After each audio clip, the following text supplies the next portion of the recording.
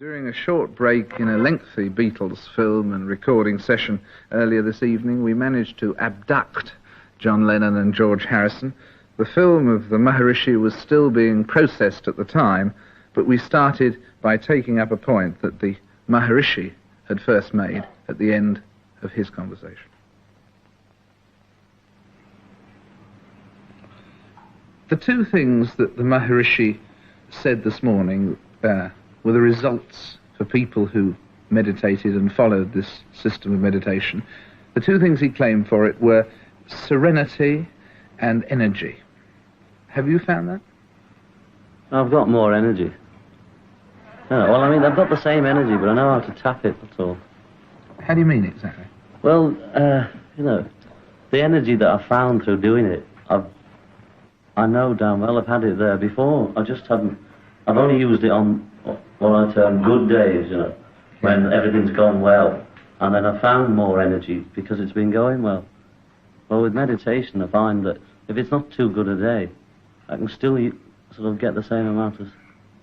And can you link the two in any way? I mean, is it true of any day of meditation is equally good? I mean, yeah. Well, the worst days I have on meditation are better than the worst days I had before without it.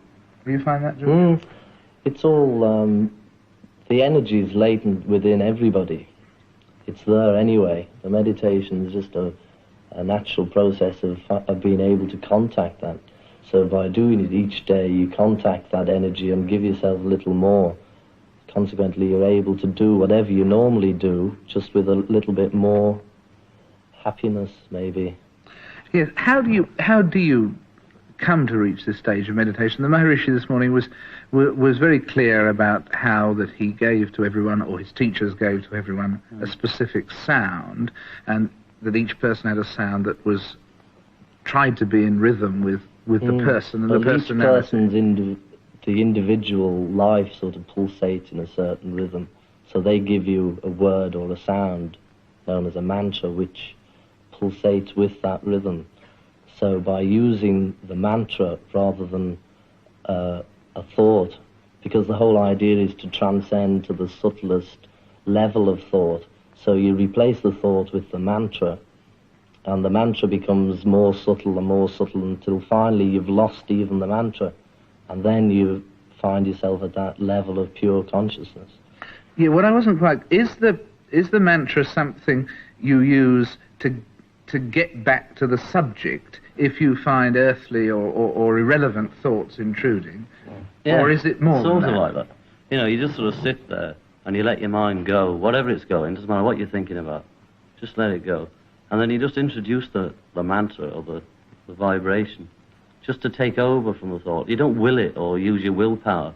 If you find yourself thinking, then at the moment you realize you've been thinking about things again, then you replace that thought with the mantra again. Sometimes you can go on and you find that you haven't even had the mantra in your mind. It has just been complete blank. But when you reach that point, because it's beyond all experience, then it's down there, and that level is timeless, spaceless, so you could be there for 5 minutes and come out. You don't actually know how long you've been there, because it's just the actual contact of that, and then coming back out to the gross level, like this level, and you bring that with Really you. Good, yeah. But I mean, in fact, then the aim, as opposed to sitting and thinking or anything, is to reach a point, in a sense, where you have no thoughts, is it? Yeah, but you're not even conscious of that sometimes. You just know that the only time you're conscious is when you suddenly... It's like you don't know you're awake or something, or sleep till you're awake most of the time. You just hours asleep before. Yeah. So you come out of 20 minutes, and sometimes you come out and it's been 20 minutes sitting there. Other time it comes out and it's just, it seems as though no time's gone at all. And can you look back at the end of that period and recount what's happened in the last 20 minutes? To an extent. Well, that's why you go and see these people. So they sort of say, well, what were you doing? And you just say, well, nothing happened actually. I was just... And they say, well, what about this? And you say, oh, well, it did seem very short, or that seemed to happen. You can't really tell anybody what it is, because the teaching's all based on the individual experience. Like if you were to do it, then you get instruction which leads to some sort of experience, And upon that experience, you're taught the next part. It's like trying to So tell really, somebody what chocolate tastes like. or you know, to if they tell haven't had somebody it. how it is to be drunk. You know, they've got to be drunk themselves before they know what it is. Well, no, but I can see that. But I mean, you're doing very well. In fact, in expressing something that's probably inexpressible. Because I mean, the thing is, at the end of it, I mean, do you feel more relaxed? Do you feel you know more about yourself? Do you feel you know more about something else or someone else? You don't have more knowledge or anything, you know. Or maybe you do. I don't feel that exactly. You just feel more energetic, you know, just simply for doing work or anything. You just come out of it. And it's just, whoa, let's get going, you know. It's a real The thing is, it takes a lot of practice to arrive at a point that you can remain there permanently. That's the whole thing. We've only been doing it a matter of 6 weeks, maybe. But there's definite proof I've had that it is something, that it really works. But in actual fact, it'll take a long time to arrive at the point where I'm able to hold that pure consciousness on this level, or to be able to bring that level of consciousness into this level of consciousness, which is the aim of it. You mean the aim is to carry on the state you're in meditation? Yeah, and when you're here, or when you're making a record. That, you know, with practice. He said that one of his sort of analogies or whatever is that it's like dipping a cloth into gold. So you dip it in, you bring it out. You dip it in, you bring it out. And if you leave it in, it gets soggy. You know, like if you're sitting in a cave all your life. If you bring it out, it fades. And if you bring it out in the sun, it fades. But the meditation thing is going in and going out and going in. So as when it, after, well, however many years or whatever, when you bring it out, it's the same when it's out as it's in. So when you're doing this, you're really zapping all the time inside. But that's something else. But I mean, the thing is, you said permanently, the feeling permanently. I mean, I think one of you, and I think it was Paul, said that in fact that this feeling that meditation gives is the sort of permanent version of what drugs can give temporarily. Is that true? Well, not really, because drugs, it's still all on the relative level. Like this sleeping and dreaming and waking, all those three states that people live through is all only relative, which is on this level, whereas this is on a subtler level. And so really you couldn't compare it. With drugs you do have a glimpse of a few things like that. Is it as deep, drugs? I mean, are you saying that... Well, the thing is, you could take drugs which should heighten your perception a little, and then maybe to try and get into that subtle level with the drug. But just to take the drug and hope it's going to bring that subtlety onto this gross level is a mistake. You know, it'll never work. I mean, you experimented with drugs. Is that why you put them on one side? Well, we dropped them long before Maharishi. Oh, it wasn't... Yeah, we just, you know, we'd had enough acid. It had done all it could do for us. You know, there was no going any further. It only does so much. What does it do? Well, what it does mainly is that is more of finding out about yourself, you know, and your ego and that kind of scene. So it's more psychological than anything else. Whereas this is not psychological? I mean, it seems... Well, it will be in the end, but I mean, if you have acid, it is just, you know, all about yourself. Am I, and did it, what? You know, it's all that. But this is just sort of a bit gentler. I mean, yes, I mean, this is always more what... gentle.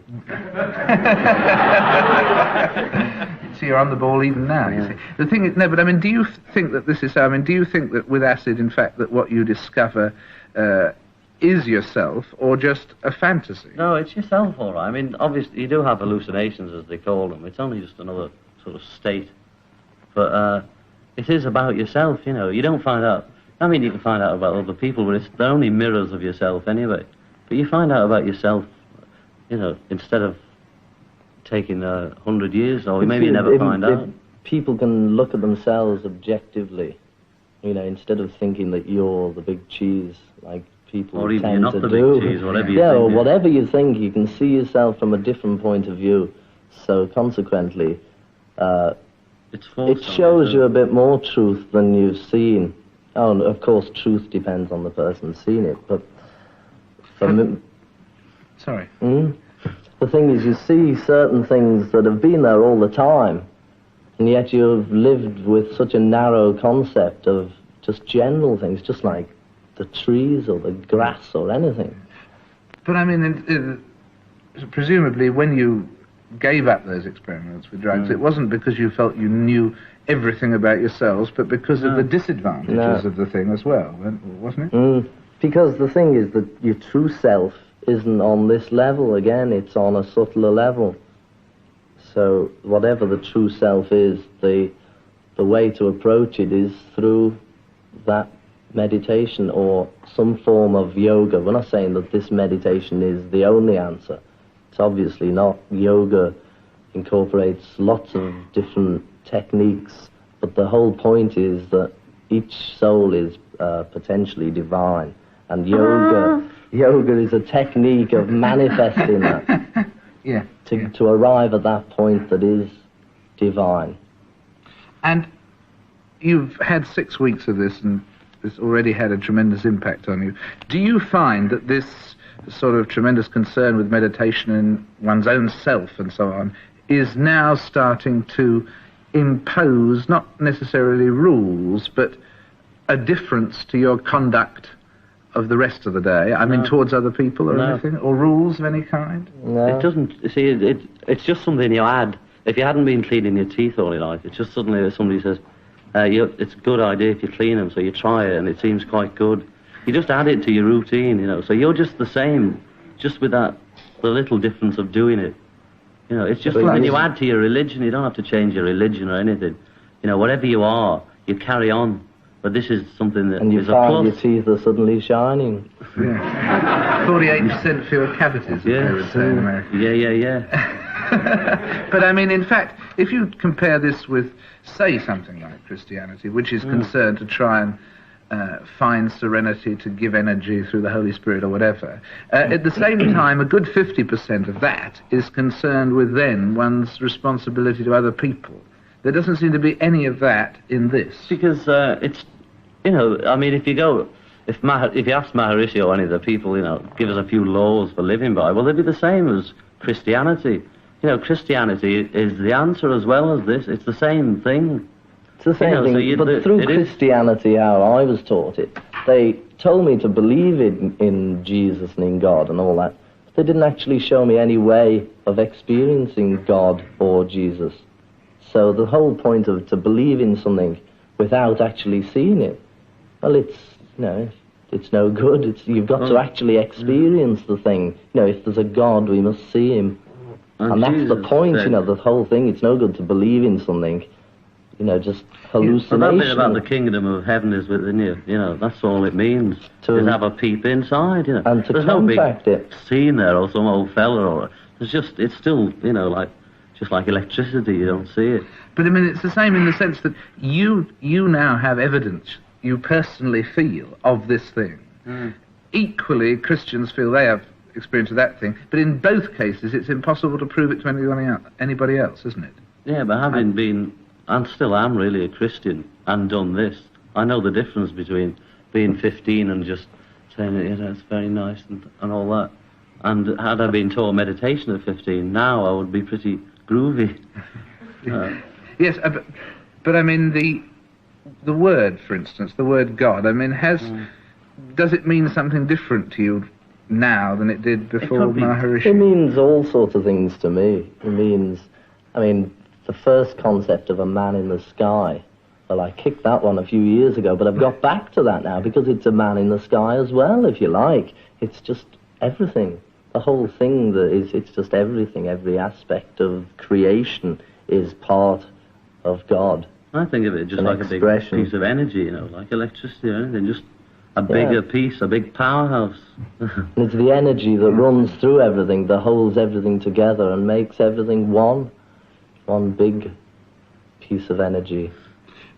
But yes, I'm still concerned about the outgoing part. I mean, is it solely concerned with oneself, or does it in any way make one feel more responsible for other people, or more responsible for people who are dependent on you, or whatever? Well, you realise that it's your actions are going to lead to whatever the reaction is. So that's the only thing about your attitude to other people. If you treat other people good, they'll treat you good. If you kick them in the face, they probably do the same thing. That's the easiest thing to do with religion, of action and reaction. That's the thing that Christ was saying about what you sow, you reap. Just means whatever you do, you'll get it back. And that's why it doesn't really matter what people say or think, because they'll get it back, just like we'll get back what's coming. Yes. That's, so really, that's Old Testament too. Yeah, it's all the same. Everything you read about all the religions, they're all the same. It's just a matter of people opening their minds up to allow that. Yeah, all right, Buddha was a groove, Jesus was all right, and they're all saying exactly the same thing. Well, how would you? What differences would you say there were between Jesus, say, and the Maharishi, for instance? Well, I don't know. I don't. Maharishi doesn't do miracles, for a kick-off. I don't know how divine or how superhuman or whatever it is he is at all. But I mean, Jesus was one of the divine incarnation. Like some of the people, like Christ and Buddha and Krishna and various others, are divine the moment they're born. That is, they've achieved the highest thing and they choose to come back to try and save a few more people, whereas others manage to be born just ordinary and attain the divinity in that incarnation. So Maharishi's probably one of them, was born quite ordinary, but he's working at it. And, I mean, how do you think, in fact, the Maharishi, this meditation can, for instance, help the world's problems? Well, if everybody was doing it, it'd just be too much. It's the same thing that Jesus said about go and fix your own house, and everything's fixed up then. If you sort yourself out, everybody was to go home and find out for themselves and fix up all their personal problems, then no other problems exist, because they only cause the problems that exist in the world. It's all each person, individual. It's just up to him to do it. And as each person does that, and as each person goes deeper and deeper within themselves, is each person going to find good and good thoughts below? I mean, or is there such a thing in this definition? You transcend all thoughts. There aren't any It doesn't matter what you're thinking when you do. I mean, you can be thinking the most awful things in the world, I suppose. But the point is to get down there, and then you're not thinking anything. It's when you come out you mightn't be thinking quite the same. Or after a few weeks. I mean, we don't really know what had happened to a sort of a killer or something that did it. Maybe he changed his mind.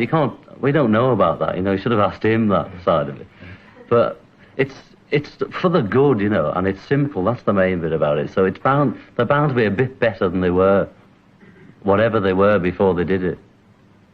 And each person, you're saying, each person, there's no one who it's not possible. Anybody can do it. All you've got to do is be interested in it, whether you're interested in it to knock it or to do anything. But if you just want to try it to find out, that's all you need, Because the fellow that runs it here in London was a real sort of, trying to knock it down for months before he got it. He was a real cynic or whatever you call it. I'll accept cynic. Yeah, right. I mean, even so, as you look at this thing, I mean, you find that you say on the one hand there's no rules for how it'll affect people or anything, but I mean, looking back in your last work in Sgt. Pepper, for instance, there the music was affected by the experiments probably with drugs and so on that you've been doing. Are you finding now, we've grabbed you in the middle of a sort of day of recording sessions and so on, are you finding a difference in yourselves as you work, in what you work at, in how you work?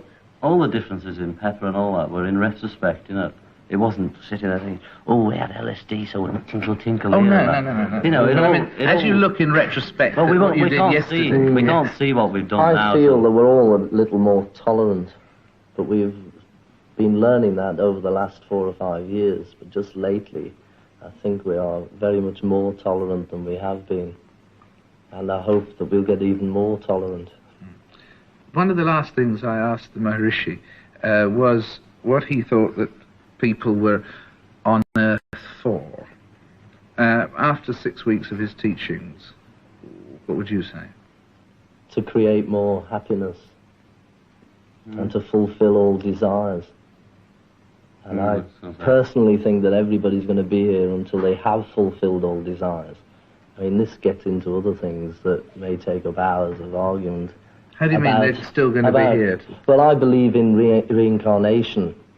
I mean, it's just something that I feel exists, that what you sow, you reap. So when you die, I mean, life and death are still only relative to thought. There's no such thing, really. Just keep going.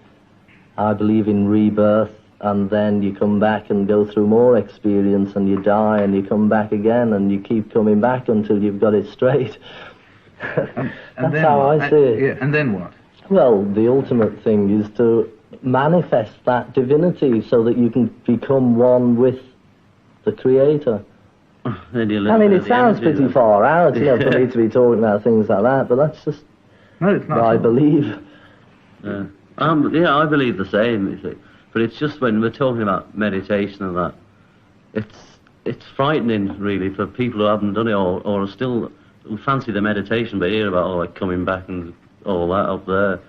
So, I'd sooner put it over and forget all about that, just to put it over. Because that's not really important, because this whole point of his meditation is for now, because it's now, all the time, it's present, and the past's got nothing to do with it. Not to live to get into heaven by being a good boy, but just or to go to hell. Just to live better as you're living, do whatever you're doing better. Because you create your own... Live now, not looking forward to the great day, or whatever it's meant to be. And there, we must leave it. John, George, thank you very much indeed. Thank you. Thank you. Mas amigas, I'm always